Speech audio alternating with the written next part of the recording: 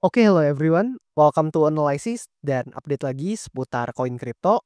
Dan di video kali ini kita bakalan bahas seputar Renzo sesuai dengan yang banyak kalian request juga lewat kolom komen pada beberapa postingan video-video saya sebelumnya. Dan buat teman-teman yang mungkin udah request juga tapi belum saya bahas untuk requestannya, mohon bersabar teman-teman.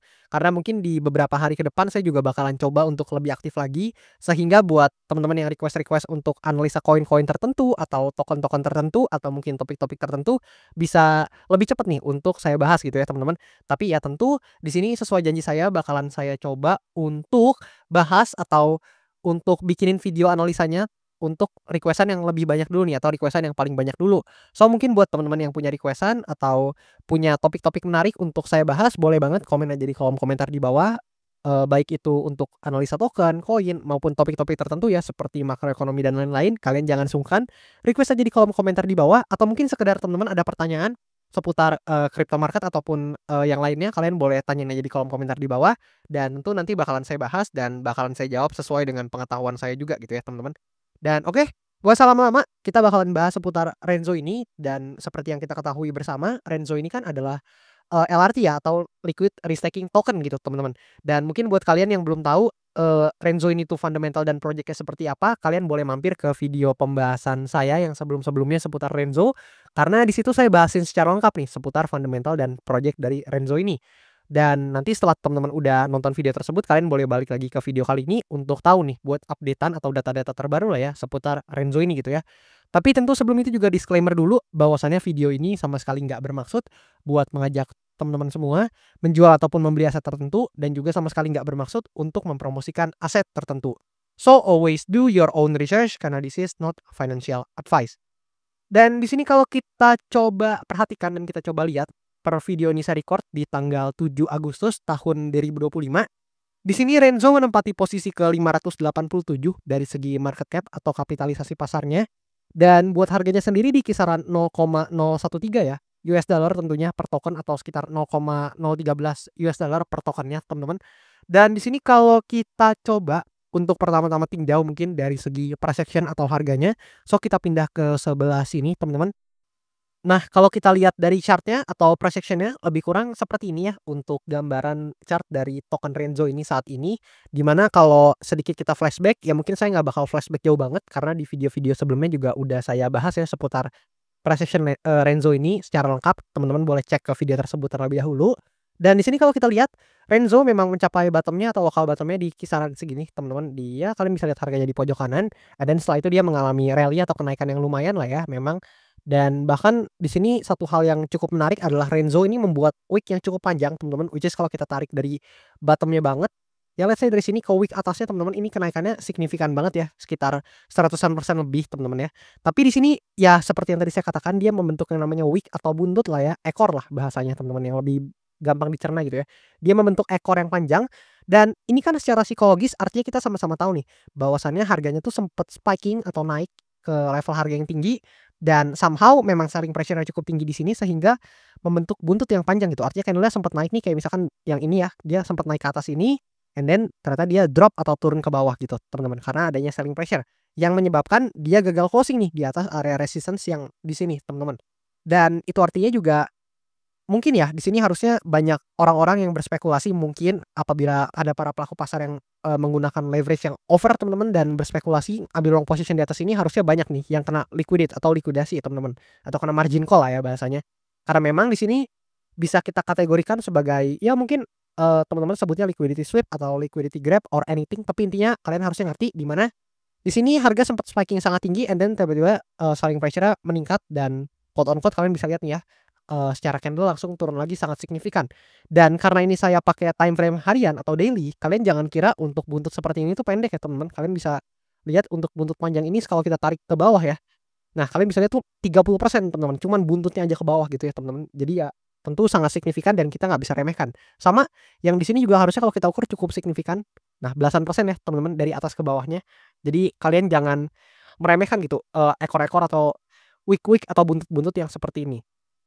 Dan kemudian di sini kalau kita lihat, ke price action terbarunya di mana Renzo actually dia baru aja berhasil rebound ya dari area support minornya, which is kalian bisa perhatikan di sini ada area support minor yang mana menahan pergerakan Renzo ini beberapa kali. Ya harusnya teman-teman notice lah ya, harusnya juga saya nggak usah tandain gimana banget, tapi teman-teman harusnya notice di mana banyak banget sentuhan-sentuhan yang terjadi pada area support minor ini dan ternyata di sini Renzo juga tertahan ya kembali di area support tersebut gitu, di sebelah sini. Dan dari supportnya yang di sini dia udah up ya lebih kurang kalau kita ukur 20%-an gitu ya. So congratulations mungkin buat teman-teman yang lihat momentum ini dan mungkin memanfaatkannya dan udah dapetin profit, ya saya cuman bisa bilang congratulations. Tapi di sini tentu kayak biasa ada beberapa skenario yang mungkin bisa terjadi sama Renzo ini ya.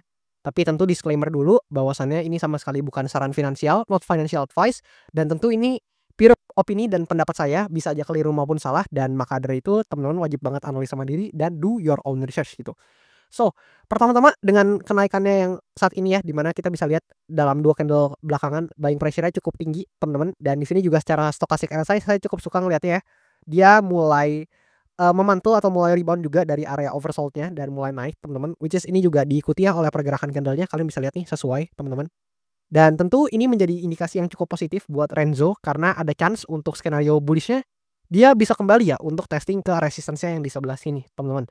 Mengingat memang resistance area di sini semenjak di, breakdown ya di pergerakan yang sebelah sini kita nggak pernah lihat lagi nih Renzo ini berhasil breakout dari resistance-nya yang di bagian sini.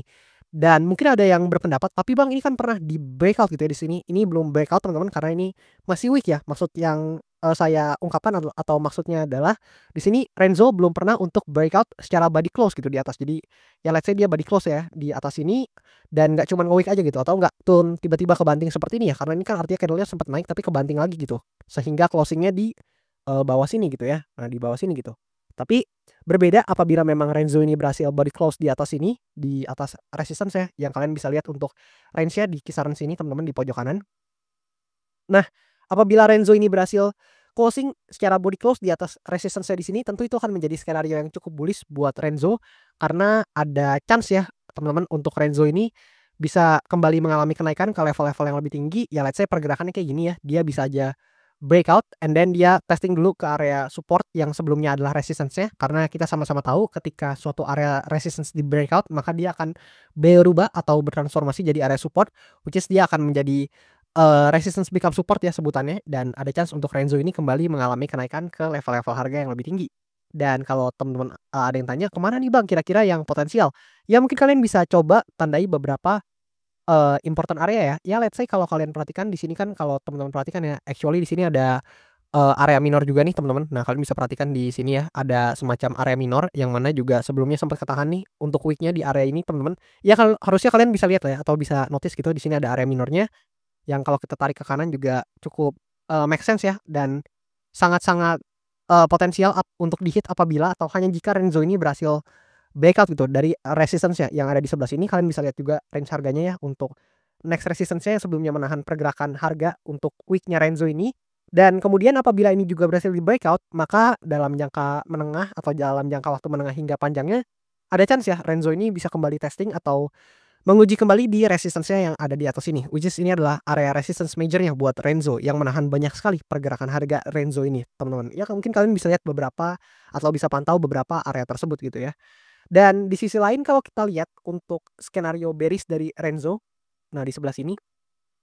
Nah, skenario bearish dari Renzo ini ya tentu bisa terjadi apabila Renzo ini ternyata, mengalami penurunan, which is kalau kita lihat hopefully Renzo ini tidak, turun seperti ini teman-teman, yang mana apabila Renzo ini mengalami penurunan ya tentu yang akan di-testing kembali adalah area support atau area demand zone yang terdekatnya, which is di sini. Dan untuk skenario bearish dari Renzo tentu bisa terjadi apabila area ini di-breakdown ya atau, ditembus ke bawah gitu. Dan apabila area ini ditembus ke bawah ya maka, simple Renzo ada chance untuk mengejar ke level harga yang lebih rendah, which is kalau kita perhatikan ya level harga yang lebih rendah lagi atau demand areanya itu ada di bawah sini teman-teman. Yang mana kalian bisa lihat sendiri harganya dan memang demand area ini adalah sebelumnya resistance ya untuk Renzo. Kalian bisa perhatikan di sini sempat jadi support. Nah, di sebelah sini nih teman-teman. Nah, di sebelah sini sempat jadi support dan di sini sempat jadi resistance nih kalian bisa lihat sampai akhirnya di breakout gitu. Jadi apabila area ini di breakdown, maka ada chance dia bisa ke area yang ini atau demand area yang di bawahnya lagi. Ya lebih kurang kayak gitu buat skenario bullish dan skenario bearish-nya dari Renzo.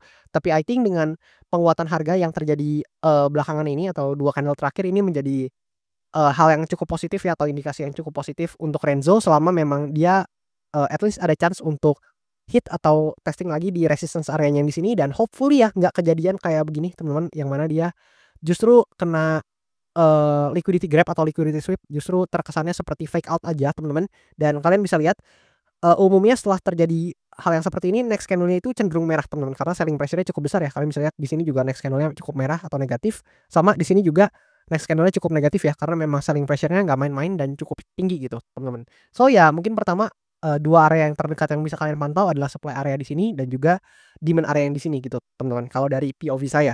Dan kalau kita lihat beberapa data seputar Renzo, let's say kita lihat dari Diva lama ya di sebelah sini.